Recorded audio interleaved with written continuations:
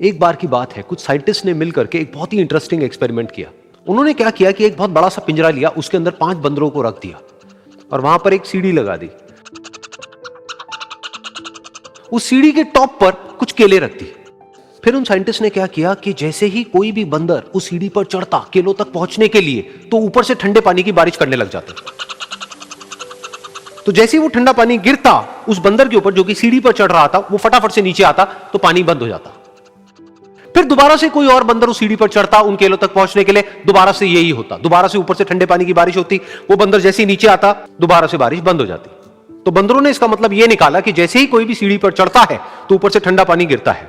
फिर उसके बाद में जैसे ही कोई भी बंदर उस सीढ़ी पर चढ़ने की कोशिश भी करता तो बाकी के बंदर सब इकट्ठे होकर के उसको पकड़ते, उसको मारते, उसको पीटते और उसको नीचे गिरा देते। फिर दोबारा कोई कोशिश करता, दोबारा उसके साथ भी ऐसा ही होता।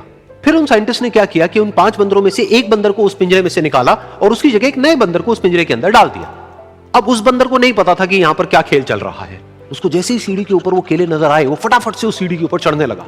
अब की बार साइंटिस्ट ने कोई बारिश नहीं करी, लेकिन फिर भी जो बाकी के बंदर थे उन्होंने इसको पकड़ा, सीढ़ी से नीचे उतारा और मारने पीटने लग गए।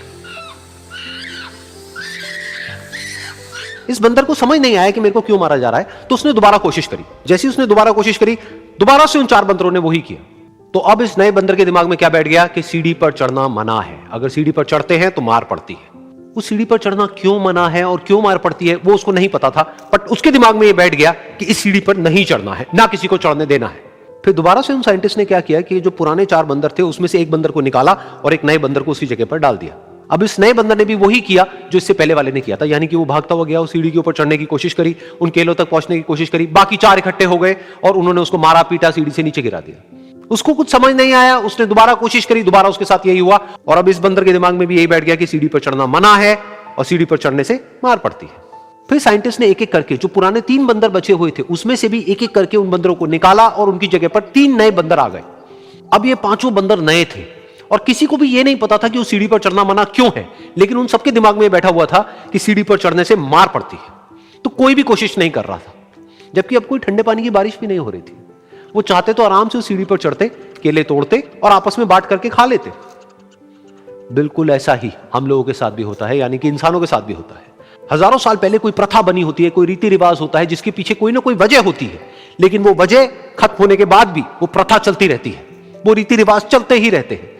किसी में इतनी हिम्मत नहीं होती है ये पूछने की कि हम क्या कर रहे हैं, क्यों कर रहे हैं, बस सबको ये पता होता है कि ऐसा ही होता है। तो वो एक्सपेरिमेंट जिसके बारे में अभी मैंने आप लोगों को बताया, यानी कि वो बंदरों का एक्सपेरिमेंट, उसमें तो बेचारे बंदर हैं, जानवर हैं, उनको नहीं पता है कि क्वेश्चन कैसे पूछते हैं। लेकिन अगर हम इंसान होने के बावजूद भी क्वेश्चन ना करें तो हमारे में और जानवरों में क्या फर्क है? सोचिए।